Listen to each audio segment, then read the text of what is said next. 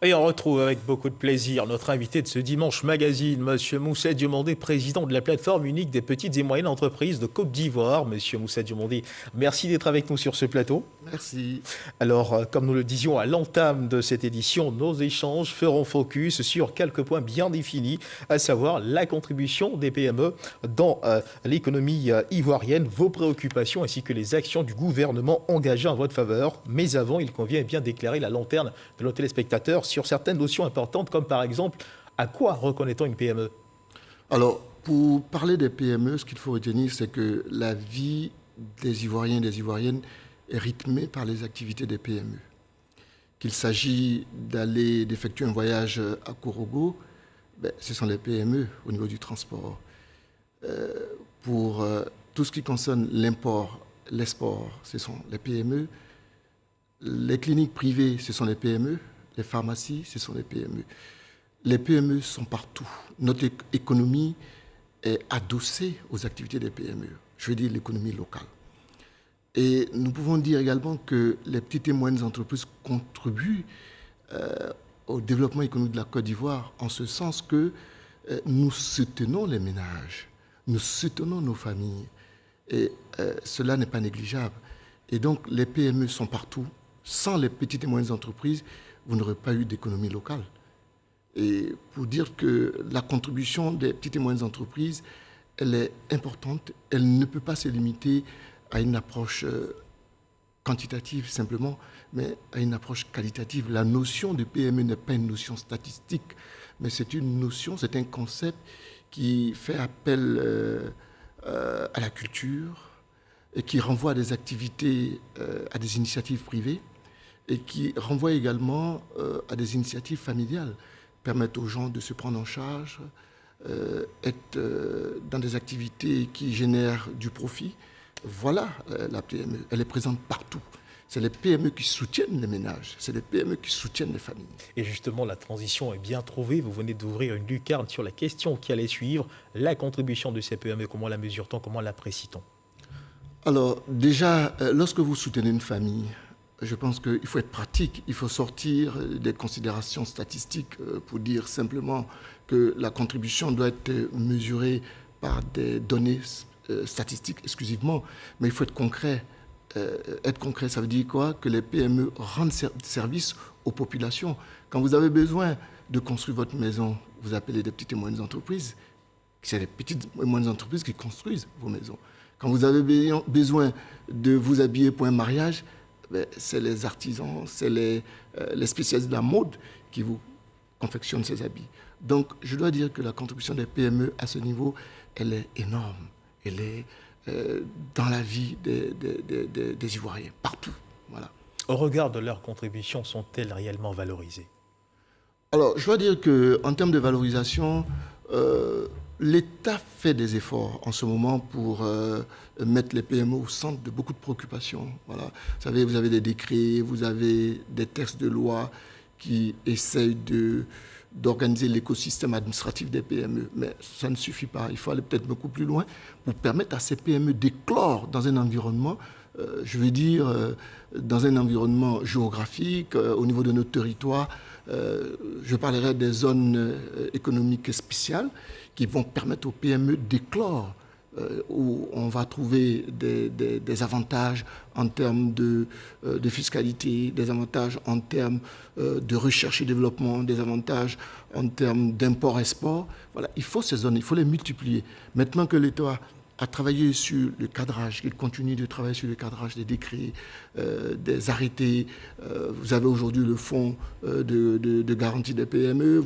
Justement, nous allons y venir sur l'action de l'État en faveur des PME, mais pour rebondir sur ce que vous étiez en train de dire tout à l'heure concernant l'impact de ces PME. Selon les chiffres dont nous disposons, ces PME contribuent à environ 20% de la richesse nationale. Selon les informations, bien sûr, dont nous disposons, en Côte d'Ivoire, plus de 80% du tissu des entreprises formellement constituées sont des PME. Comme vous le rappeliez à l'instant, dans les pays plus développés, on parle de 40%. Alors pour beaucoup d'opérateurs économiques, ce grand écart est illustratif des nombreuses difficultés rencontrées, n'est-ce pas? Oui, mais ce que je vous dis, moi je me méfie des chiffres. Voilà. Les chiffres ne sont pas la réalité. La réalité, c'est ce que je vous ai dépeint tout à l'heure pour vous dire que nous sommes concrets. Les chiffres ne sont pas la réalité. Les chiffres ne sont pas la réalité, je le dis, parce que la réalité, c'est ce que nous vivons, c'est ce qui est vrai. Et ce qui est vrai, c'est que les PME soutiennent les ménages, c'est que les PME soutiennent les familles. Et ça, il ne faut pas le négliger. Quand vous avez besoin d'un plombier ou d'un menuisier, c'est les PME qui le font. La restauration rapide, c'est les PME qui innovent. Je voudrais dire que l'approche quantitative qui consiste à ramener tout ce que les PME font à un point est une façon de voir en économie. Mais l'économie, c'est quoi? C'est un ensemble d'activités que les gens réalisent, la distribution, la production, la commercialisation, c'est ça l'économie. Ou, si vous voulez, c'est également gérer quelque chose pour éviter des dépenses superflues. Donc nous, les PME, nous contribuons à cela. Et je veux dire que si on veut mesurer vraiment, pour parler de contribution au produit intérieur brut, ou même contribuer, entre guillemets, à la richesse, mais nous contribuons à la richesse parce qu'aucune PME en Côte d'Ivoire ne paye pas de taxes. Vous avez des taxes au niveau de la fiscalité de porte. Lorsque nous faisons venir de la marchandise, nous payons des taxes. Lorsque nous vendons au marché, les PME vendent au marché ou dans les boutiques, elles payent des taxes. Donc je ne peux pas dire que les PME ne contribuent pas. Peut-être que ce qu'il faut, c'est d'augmenter cette contribution, mais pour augmenter cette contribution, c'est ce que je vous disais tantôt, c'est qu'il faut aller plus loin dans la stratégie applicable aux PME. Aller plus loin veut dire quoi? Dire qu'aujourd'hui, il faut permettre à ces PME de travailler dans des zones dédiées où elles peuvent s'exprimer librement. À partir de ce moment, elles fabriquent des produits dans des zones spéciales, économiques spéciales, dans des zones franches, dans des zones, agricoles, qui leur permettent de se retrouver, de travailler. Et à partir de ce moment, elles peuvent capter les talents. Elles peuvent capter ce qu'on appelle les investissements directs étrangers.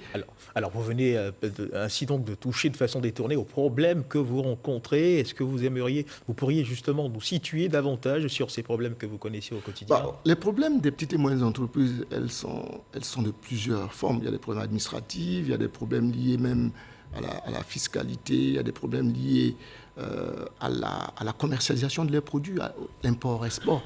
Mais ce que je veux dire aujourd'hui, si nous voulons que les actes que les autorités posent aient du sens pour les PME, il faut regarder, investir, il faut travailler dans l'économie de ces PME. L'économie des PME, c'est les prestations de services. Vous voyez, c'est également la fourniture des biens d'équipement, c'est l'agriculture. Alors, les préoccupations que nous avons aujourd'hui, qui peuvent avoir du sens pour les PME, c'est d'abord les problèmes de trésorerie. Les PME souffrent de problèmes de trésorerie, n'ont pas assez d'argent pour travailler. On nous demande souvent de nous retourner vers les banques. Et les banques veulent faire des affaires, sont là pour gagner de l'argent. Nous disons simplement que nous voulons que le gouvernement, le président Ouattara, légifère sur les délais de paiement. Lorsqu'on travaille avec une PME, il ne faut pas aller au-delà de 30 jours. Voilà, délai de paiement. Et nous demandons que cela soit légiféré en Côte d'Ivoire. Ça va permettre à ces PME d'avoir de la trésorerie pour travailler et non pas attendre 70 jours, 90 jours, 120 jours pour gagner de l'argent. Autre préoccupation, c'est que les PME aujourd'hui sont fatiguées de l'harcèlement fiscal. Vous voyez, on nous demande de payer des impôts, on nous demande de faire... Alors que nous contribuons, pour nous...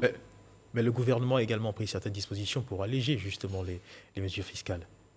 Bon, je ne sais pas de quelle mesure, mais moi je voulais dire simplement qu'aujourd'hui nous demandons à l'État de supprimer l'impôt minimum forfaitaire. Ce sont vos préoccupations et nous en prenons bonne note. Alors la réalité vécue... C'est pas tout, justement. Non, nous allons poursuivre. La réalité vécue par les PME sur le terrain est celle-ci. Elles se débattent au quotidien, toutes seules, fêtières ou pas, et elles le disent haut et fort. Qu'en pensez-vous? Je pense qu'aujourd'hui, personne ne peut évoluer seul. Oui, on assiste au niveau des États à des regroupements, UEMOA, CEDEAO.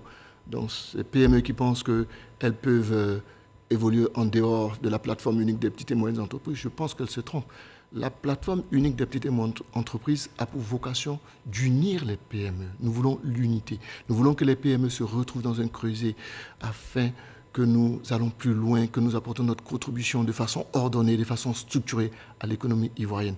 Cela veut dire quoi? Cela veut dire que les PME ont besoin de solidarité. Nous avons besoin de faire la promotion de nos jeunes couturiers, de faire la promotion de nos jeunes innovateurs, de faire la promotion des jeunes dames, des dames qui sont dans le maraîchage, qui sont dans le vivrier. Vous voyez, c'est tout cela qu'il faut. Mais si nous ne nous mettons pas ensemble pour travailler de façon, de façon cohérente, pour avoir des synergies, pour réduire les coûts, que voulez-vous qu'on fasse? Nous avons la SLECAF qui se présente devant nous. Qu'est-ce que nous faisons? Et la question de l'unité au sein des PME, nous allons y revenir. Mais avant, suivant cet élément de notre reporter Cheikh Koné qui nous montre combien de fois les PME ont fait face à plusieurs difficultés, notamment l'impact de la Covid-19. L'importance des petites et moyennes entreprises dans le tissu économique de la Côte d'Ivoire n'est plus à démontrer. Elles sont les principaux catalyseurs de la création d'emplois et de la richesse nationale. Elles constituent à ce jour 80% du tissu des entreprises formellement constituées et leur contribution à la richesse nationale est estimée à 22%. Malgré ces divers atouts, les PME restent très exposées à la défaillance et ce, en raison de plusieurs facteurs. Difficile accès au financement, problèmes de structuration, de management et de formation pour la plupart de ses dirigeants.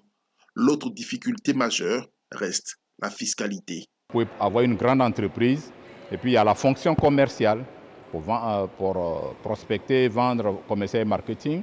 Il y a la fonction production, il y a la fonction quelquefois maintenance. Ces grandes entreprises ont les moyens de bien gérer ces fonctions. Mais quand vous prenez une petite entreprise n'est pas une grande entreprise qui est petite. Dans beaucoup de compartiments de la gestion d'une entreprise, les PME n'ont pas toutes les fonctions. Et c'est ce qui crée le gros problème en général, que ce soit dans le management un peu partout, pas toutes les fonctions. Et donc, il faut trouver, on sait de quoi elles souffrent, il y a des solutions, quelle est la stratégie? Et cette stratégie, conduite par l'État à travers plusieurs programmes d'aide au développement des PME, n'a pas totalement jugulé des difficultés de ces micro-entreprises lorsqu'est survint la crise sanitaire de la Covid-19 qui porte un coup de massue à cet élan. 8 PME ivoiriennes sur 10 ont ressenti les effets de la crise sur leur chiffre d'affaires. 6 d'entre elles ont fermé boutique. Une situation inédite qui impose aujourd'hui aux acteurs des PME une synergie d'action pour sortir la tête de l'eau. Condition sine qua non pour survivre ou périr. Votre réaction rapidement à cet élément, très rapidement. Je pense que ce que les collègues ont dit est totalement exact, c'est-à-dire qu'il faut une synergie d'action pour que nous puissions régler les problèmes que nous connaissons. Et ces problèmes, comme je l'ai dit, c'est l'accès au marché, c'est une fiscalité très adaptée, c'est également permettre aux PME de travailler de façon intelligente, de travailler pour répondre aux problématiques que nos populations vivent. Donc je suis d'accord avec nos collègues pour dire que les réformes qui sont engagées au niveau du gouvernement, les appuis sont peut-être des appuis nécessaires, mais il faut aller beaucoup plus loin. Et il faut qu'elles aient du sens sur les PME. Et justement, parlant de ces appuis, nous avons le ministère de la promotion des petites et moyennes entreprises qui a procédé officiellement à l'ouverture des incubateurs dans les régions de Baquet, Boaké, de Kabadougou, au Diéné. Des années avant, il y a eu la mise sur pied du programme Phoenix, conçu pour le programme, pour le développement des PME sur la période 2015-2020. Il était doté d'un montant d'environ 95 milliards de francs CFA. À ce jour, les PME ont-elles réellement tiré profit de cette mesure? Rapidement. Je dois dire que, il y a deux volets dans votre question. La première question qui consiste à parler des incubateurs, c'est une excellente chose. Si on a des incubateurs, c'est une excellente chose, mais il faudrait que ces incubateurs créent du sens pour les PME, qu'elles soient efficaces, pour que les PME puissent se développer des projets. Maintenant, concernant le programme Phoenix, c'est un programme administratif. Ce programme est un cadrage, l'écosystème administratif.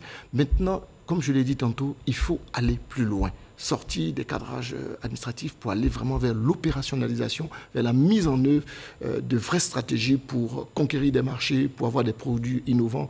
Et surtout, la Côte d'Ivoire a le choix. Nous avons le choix entre l'import, l'export ou l'implantation dans des pays. Et pour cela, il faut tout un accompagnement, il faut des incitations que nous attendons du gouvernement pour que nous puissions montrer notre savoir-faire un peu partout. Et on a bien compris vos préoccupations, mais juste avant de finir, est-ce que l'unité au sein des fêtières ne devrait pas se consolider parce qu'il y a, permettez-moi l'expression, une petite guéguerre qui existe entre les fêtières? Est-ce que cela ne met pas à mal cette vision-là que vous avez de permettre à ces PME d'émerger rapidement?